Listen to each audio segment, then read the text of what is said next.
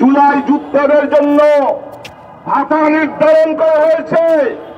আমি সরকারকে পরিষ্কার বলতে চাই, 2013 সালে শাপলা চত্বরে হেফাজত নেতা কর্মীরা জীবন দিয়ে এই ফেসিবাদের বিরুদ্ধে আন্দোলন শুরু করেছিল।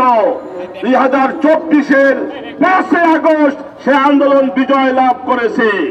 তাই আমার দাবি হলো, যেমনিভাবে জুলাই যোদ্ধাদের ভাতা নির্ধারণ করা হয়েছে, জুলাই আহত নিহতদেরকে সরকারিভাবে ক্ষতিপূরণ দেওয়া হয়েছে, তেমনিভাবে 2013 সালের শাপলা চত্বরের শহীদদের এবং আহত নিহতের পরিবারদেরকে সরকারকে অবশ্যই ক্ষতিপূরণ দিতে হবে।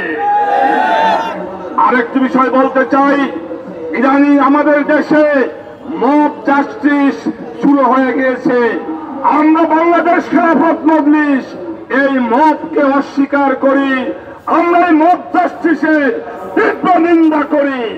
তবে এই মব জাস্টিসের জন্য আমাদের সরকারও দায়ী, কারণ যারা আওয়ামী লীগের দূষর, যারা ফ্যাসিবাদের দূষর ছিল, তাদেরকে গ্রেফতার করতে সরকার ব্যর্থ হয়েছে। তাই জনগণ তাদেরকে গ্রেফতার করে করে আইনের হাতে তুলে দিচ্ছে। আমি মনে করি সরকার যদি আওয়ামী দূষরদের গ্রেফতার করত, তাহলে এই মব জাস্টিস তৈরি হতো না।